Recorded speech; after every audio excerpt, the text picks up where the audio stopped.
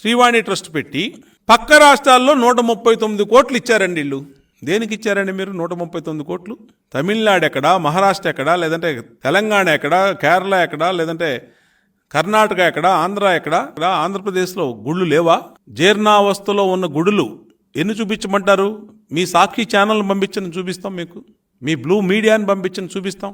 లేదా మీరు రండి, రాష్ట్రంలో 100 సంవత్సరాల కింద కట్టినటువంటి దేవాలయాలు ఎన్నున్నాయో చూపిస్తాం.